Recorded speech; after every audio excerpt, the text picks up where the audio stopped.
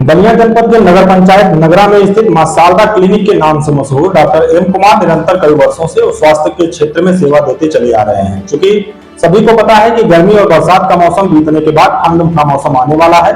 इसी को देखते हुए एनएसडी टाइम्स के बलिया ब्यूरो डी प्रसाद मां शारदा क्लिनिक के संचालक डॉक्टर एम कुमार से मिले और ठंड के मौसम को लेकर कौन कौन सी सावधानियां बरतने की जरूरत है इस पर विशेष चर्चा की है। तो आइए देखते हैं ठंड को लेकर डॉक्टर एम कुमार और डी प्रसाद के बीच हुए बातचीत के कुछ खास अंश इस एपिसोड में। नमस्कार, मौजूद है इस समय उत्तर प्रदेश के बलिया में। जिसे सबको पता है कि अब गर्मी का मौसम जा रहा है, अब ठंडी का मौसम शुरू हो रहा है। इसी बीच पहुंचे हैं मां शारदा क्लिनिक नगरा के प्रांगण में। आज जानने का हम प्रयास करेंगे कि सर उसको लेकर के अपने मरीजों के लिए क्या सुझाव देंगे। आइए रूबरू होते हैं, बात करते हैं। और इस क्षेत्र में एक अपने आप में चर्चित हॉस्पिटल है, लोगों से सुझाव रहेगा। लोगों से मैं अपील करूँगा कि यदि किसी भी बीमारियों का मतलब दिक्कत होते आकर डॉक्टर साहब से सलाह लेते रहें, जुड़े रहें और जुड़ कर अपना इलाज समस्या देखते हो। डॉक्टर साहब बहुत पहले से मां शारदा क्लिनिक के मौजूद हैं। आँख से लेकर के हर ज़्यादातर से हड्डियों का विशेष रूप से डॉक्टर साहब हैं, देखते हैं और मरीजों को सुझाव से समय पर देते रहते हैं। आइए बात करेंगे और देखेंगे इस समय में कौन कौन सी बीमारियाँ चल रही हैं और मरीजों के लिए क्या सुझाव रहेगा। इसी टाइम में आपका स्वागत है सर। सबसे पहले सर अपना परिचय बताएं। मैं doctor M Kumar ji sir, क्या बताना चाहेंगे सर आज के परिवेश को देखते हुए? सर तमाम बीमारियां दखल दे रही है सर, और बदलते मौसम को सर, क्योंकि अब गर्मी के मौसम लगभग जाने के कारण पे सर ठंड का मौसम शुरू होने वाला है। सर इसको देखते हुए क्या कुछ बताना चाहेंगे? इसमें विशेष तौर पे ये ध्यान देना है कि अपने जो मौसम जो भी बदल रहा है जी, उसके हिसाब से अपने जो भी दिनचर्या है हाँ, उस पर विशेष ध्यान दें। सुबह नियमतः समय से उठें, समय से सोएं, समय से जी खाएं पिएं। और जैसे मौसम बदल रहा है तो ठंडी चीज़ों में ज़्यादा इसमें डर रहता है कि उससे आपकी जो तबीयत है वो ख़राब होने का चांसेस ज़्यादा रहता है जी। तो इसमें आप बेसिकली कोल्ड ड्रिंक्स वगैरह या आइसक्रीम हो गया, बच्चों में आइसक्रीम वगैरह, ये सब चीज़ें ना खाएं जी। तो इससे कोल्ड वगैरह नहीं होगा। और यही सवाल आपने पूछा कि आगे हम और अपने जीवन को कैसे और बेहतर बनाएं जी। उसके लिए जो आजकल हमारे सामने जो भी कुछ है, चाहे वो हम कुछ भी खा रहे हों, इवन दो जो भी हम सांस ले रहे हैं वातावरण जी, कुछ भी अब वो प्योर नहीं रह गया है, हर चीज़ में मिलावट है जी। यही कारण है कि कम उम्र में उम्र कम होता है लेकिन दिखने में लोग ज़्यादा समझ में आते हैं। ठीक, तो अगर नियमतः अगर फिर भी इसी में हमको वो चीज़ खाना है जो हमारे स्वास्थ्य के लिए लाभदायक है जी। फलाहार का इस्तेमाल करें, फल वगैरह का सेवन करें जी। हरा सब्जी वगैरह तो नॉर्मली सब लोग कहते ही हैं, बट इसके अलावा योग करें आप। योग उससे मेनली आपका इम्यून सिस्टम जो है वो आपका स्ट्रॉन्ग रहेगा और आपके जो अंदर जो मेटाबॉलिक एक्शन हो रहे हैं वो सुचारू रूप से ढंग से होंगे और आपका खान पान से रहेगा। बेसिकली अगर देखा जाए तो हमारे खान पान का रोल जो है वो 70% है, यानी 70% कि हम क्या खाते हैं और क्या नहीं खाते जी। यही तय करता है कि आपका शरीर या आपका जो भी फिजिक है वो कैसा होगा जी।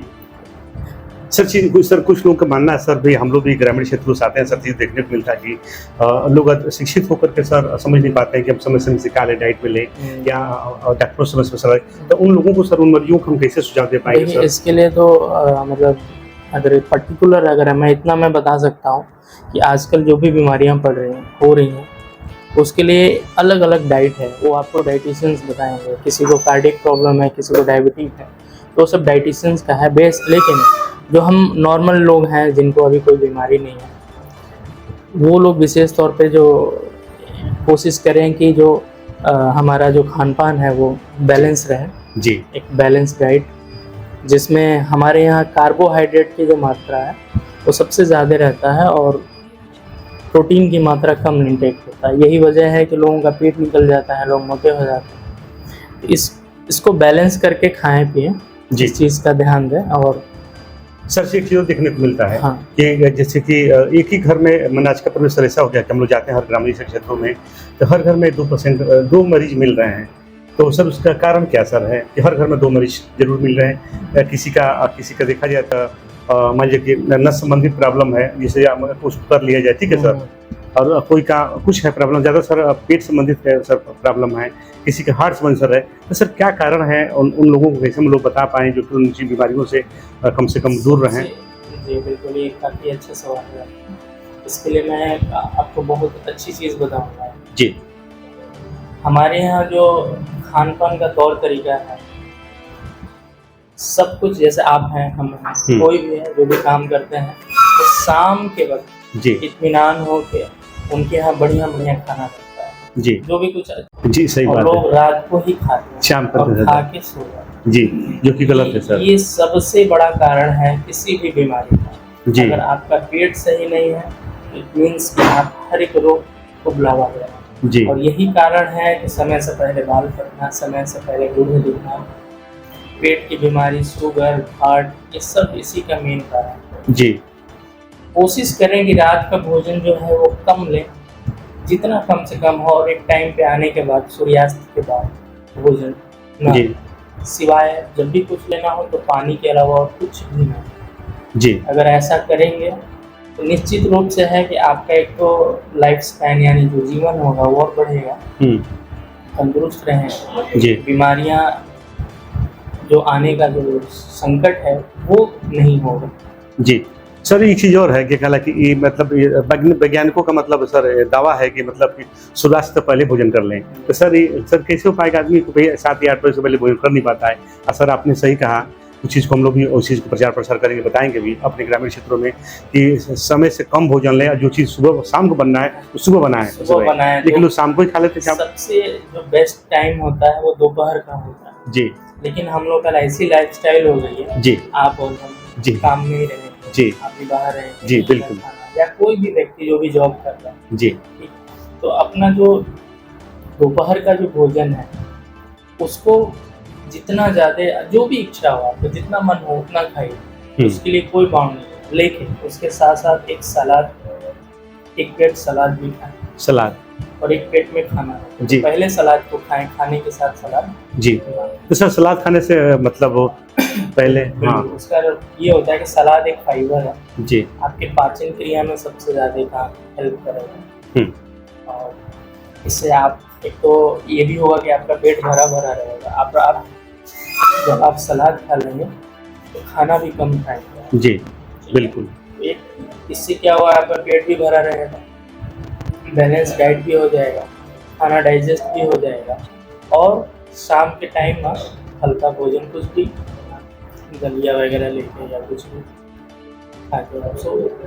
सर अधिक से अधिक हम आपसे जानने का प्रयास करेंगे कि उन मरीजों को कैसे सुझाव दिया जाए, इसमें तो फिर डॉक्टरों से सलाह लिया जाए, कोई बीमारी होने से पहले उसको देख लिया जाए, जब मालूम हो रहा है कि चीज़ दखल देने वाला फिर उन मरीजों को समझ आए। लेकिन सर ग्रामीण क्षेत्र के लोग जी देखिए हमारे यहाँ इसकी बहुत कमी है, लोग जांच से भगते हैं, लोग सोचते हैं कि ऐसा नहीं है, कहना बहुत ये चीज़ें हैं, बट सबसे पहले साल भर में नहीं, अगर एबव 40 है जी, 40 साल से ऊपर है तो एक बार अपनी फुल बॉडी चेकअप कराएं, साल भर में एक बार। तो कौन सा चेकअप का नाम क्या सर, कौन सा चेकअप?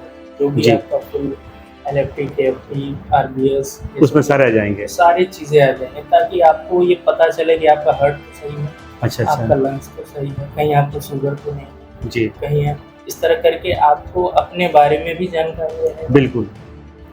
और आने वाले समय अगर मान लीजिए अगर कुछ निकलता है थोड़ा बहुत, तो आपको पता चलेगा कि हाँ हमें ये चीज़ होने वाला है, उस हिसाब से आप अपनी चीज़ों को ठीक कर सकते।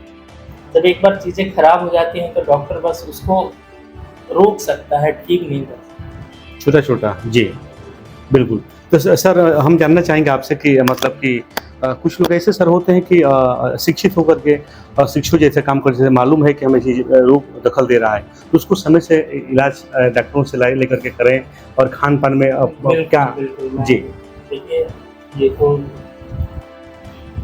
सही मायने में हमारे यहाँ तो पैसे बहुत कमाते हैं,